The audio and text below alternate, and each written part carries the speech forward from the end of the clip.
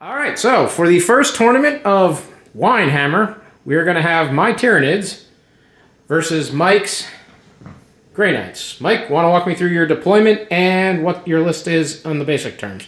Sure. Basic terms is 5 Red Knights, 2 of them Grandmasters, 3 of them are normal, 20 Inceptors, and 15 Strikes. Deploy pretty defensively because Gene Stealers go fast. I have multiple redeploys with my blue Grandmaster there who can pull units back. So after I determine who goes first, I might pull units out of the front line. They're there right now, so I get Stranglehold turn 1 if needed. And otherwise, I'm in range already with my guns. As soon as I go, if I do go first, I redeploy my Dread Knights forward and can shoot his army. So, with you, Brian. I am running a wacky Leviathan list, of course, using the new book, which, no surprise, there will be 2 units of 20 Gene Stealers, a Swarm Lord and a Brood Lord, who is in the building. I have, of course, like everybody else, I'm running Hive Guard, but I'm limiting myself to 6 with a Neranthrope, who is my Warlord, and hiding in there are more Gene Stealers. I've got 3 Warriors, 9 Raveners, obviously going very competitive, and to really prove that, I am running the Red Terror, who you will probably hear me called Old One Eye a couple times because I'm an idiot. And then I have a Flying Hive Tyrant on a very large base because, well, frankly, I think he's pretty. And any benefits I'm getting will probably mean that he dies in turn 1. So, that is my deployment. We have our secondaries. I picked Engage on all fronts, Retrieve Octarius and bring it down. Mike took Stranglehold, Retrieve Octarius, and to the last. And now for the most important role of the game. Oh, it's not to the last. It's, should be whatever wants killing your guys. To the last would be me. Oh, yeah. Okay, I'll change that. Yeah. But now for the most important role of the game. Who goes first? My 4, 2. You're up first. I'm going first. I will cover after this. We'll be right back. Okay, so my turn 1 went pretty interesting. I advanced the Raveners. I now have that objective, which does not matter. Flying Hive Tyrant moved forward. Warriors stayed put. Well, they moved a little bit, but they're getting me the this corner for the Octarius. I moved my Hive Guard up in the hopes that they'd get into range of something to shoot. They failed. Gene Stealers. So they were really, really motivated in my movement phase in that both Gene Stealers rolled a 6 for advancing. Then they rolled a 1 for the Swarm Lord's ability to move them again. I command point re-rolled that to move them to roll a 2, which would not have been able to get me in range of charging that unit, and I'm risking not getting onto this corner to give me the engage on all fronts. My turn 1 was so bad that I think we all know where this is going. So I'm turning it over to Mike now. Good luck, Mike. All right, Mike. This was an interesting round, to say the least. Yep. Bottom round 1, I killed off a Gene Stealer squad. 1's down to 5. And I stole the side objective with eject secured on those guys. Yeah. So Brian will hold 2 to my 2. I'm going to lose a bunch of models in my turn, but we'll see if I lose any Dread Knights. Yeah, that is the remains of one 20-man blob of Gene Stealers, and that is about 12 of the other 20-man blob. So there's like 8. I don't even think there's 8 5 there. left. There's 5 left there, and yeah, it was a bloody turn. It was a rough turn for me. Big thing is also on his High Guard. Oh, yeah, I guess we should cover that. The entire squad of Hive Guard. Hey, 1 Ravener died.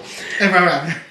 But the entire Hive Guard died. Now my poor Neranthrope's just sitting there asking himself what the hell just happened.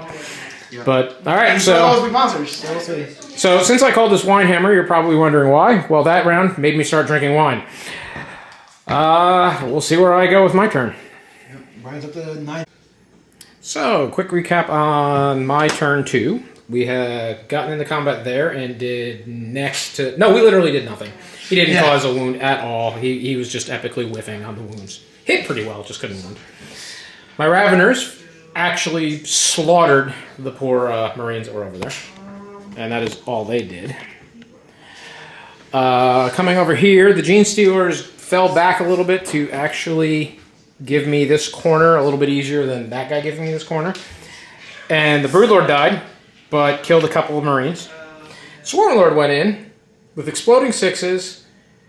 Did okay in the first swing. I spent the CP to swing again because I really wanted to kill that knight. As you can tell, I did not. So we're now going to the next the bottom of this turn, and it's probably not going to go well. But on the plus side, I do technically control 3 of the objectives. Yes. So that helps me a little. See you now to the side. Mike, how did that turn go for you? Really well. So bottom of turn 2. Brian didn't kill much on his turn, so I proceeded to pick up basically his entire army except for 2 models. 5 models. Sorry, 5 models. He has 3 rivers left and a Ravener and the Red Terror left. I hold 3 of the objectives because objective secure my guys over here. And he is going to the top of turn 3 with just something. I have 3 Rippers, a Ravener, the Red Terror, who I would like to make an announcement, made it to turn 3. And in reserve, I have another Lictor. By the way, my other Lictor died. I have a Lictor and another Ripper Swarm. So we could call the game, but I am that guy that we're going to play the next round. To be fair, the Heroes of the Imperium with those 5 models in the corner over there, 20 Storm Bolter shots into his guy. Oh. Kills it over. Oh, yeah, I couldn't make a save. Like, he had like 9 wounds, so in theory I should have survived. I failed like 6 of the saves, and then 5 of the Feel No Pains. It was not pretty. So my turn is already over. We have a Ravener here that is hightailing into this corner to give me this corner. The Red Terror swallowed a guy and then died. Rippers fled combat and gave me that corner. I've got Rippers over there giving me that corner. And I got a Lictor who decided to come on the board. Ignore all these dead bodies. The Lictor came onto the board and did the Octarius thingy and gave me this corner. So I got all 4 corners. It was actually a relatively decent scoring game, except for the fact that I have no objectives. Outside of that, I did okay. But yeah, we're pretty much going to call it after he shoots everything off the board this turn. So Mike. Yeah. Yeah. Yeah, I tabled you. Yeah, I got tabled. Bottom of 3. The dead pile, bottom of 3. A Ravener was the last model on the board from my side. Yeah. And I killed, I don't think I killed no, I killed 1 unit. You killed one full unit. Yeah. We'll be right back. Yep, Mike, that's what you do.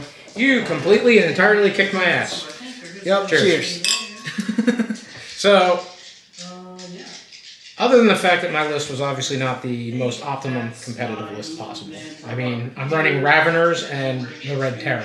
Yeah. And that's a chunk of my army that could be swapped with literally anything else to make them better, but probably Hive Guard. Hive Guard, yeah. The Flying Hive Tyrant isn't really needed. That's something else that could be swapped out. Yeah, I agree. He didn't do much this game other than go forward and die. I think that making you, basically you did nothing turns 2 and first turn because I stroned you out. Turn 2, the charges, I did way too much damage to the G, so they couldn't do anything. So then you charging in, not doing much to me, also really hurt. I mean, Swarmy had to go in that turn. There's no guessing about that at all. Yeah, and then sometimes now, I'm not going to blame dice for everything. I had some good rolling, but Swarm Lord's second swing should have killed him, but he did no damage. I made 2 4-ups. Yeah, that's right. You did make 2 4-ups. Yeah. So like, something should have gone. You should have hit. You should have been wounded 3 times, but you wounded twice. Yeah. And then the tail wounded, which doesn't make a difference because I have 2. Yeah, tail. GW. There you go. The Swarm Lord's tail, the Hive Tyrant's tail, and Red Terror's tail. Really useful. I think since I've started playing this army with the new codex where they had that, I've wounded once. Yeah. Not a productive weapon. That, or if they do wound, they have no AP, so that doesn't do anything. Agreed. They definitely should have AP on them. I don't know why they don't, because they're giant spikes at the end of the tail. Yeah, even if it's AP -1. But yeah. Moving on, your list with just so many knights. 19 increase in points. I think the rest of the army is relative. Like the Inceptors are great, but they're submarine, so they die in droves. So I think really just increasing the points on the knights, so we have less tools to deal with stuff. I mean, even then, like I basically just sat back turn 1 because I knew you had to come forward and I could get in range even if I went second. It's just we have a lot of tools. I just think it's just a points discrepancy there on what's going on. Because if you had more Hive Guard or your High Guard were in range turn 1, you potentially pick up a knight and a half. If this was basically almost any other deployment other than long range, I would have been in much better shape, especially going first. Yeah. going first in this one. My Hive Guard were out of range. The only thing I could do with them was move forward, which then put them into terrain so you could shoot them. I think the only thing you could have done with them is move, advance them, and then make sure you get get onslaught off because you just moved them. Yes, but yeah, I could have. Because that would guarantee that they're in range. Well, should guarantee they're hopefully in range. And then if you fail onslaught, it's the same outcome. Then is what you got. Whereas if you got onslaught off, which you did, yeah, then they're definitely in range. As for what we're drinking, I bought a Jacob's Creek double barrel. Finished in aged Irish whiskey oak barrels, which you can definitely taste. Mike, I'm curious about you. I'm the wine drinker of the group. Mike is not, so you're going to get an honest taste from him. It's a dry red, very dry red. It's a cab. I'm a big fan of it. It actually doesn't taste as dry as I usually get from dry wines. Okay. So it's actually really good for me because I don't like that dry taste, the dry feel. So, since you don't know the cost, and since I don't remember the cost, would you recommend it? If you like dry wine. If you like dry wine, yes. Because it doesn't taste. It's not actually that dry. Even though you say it's very dry, it doesn't taste. I mean, it's not. To me, it's not super dry, but I always assume I'm a little off. Yeah. Well, ladies and gentlemen, that was the first video for Winehammer. Hopefully, it'll happen more frequently, or again at all. But I'm going to have a lot of editing to do, so I'm going to be learning a lot in the next couple of days. Thank you. Cool.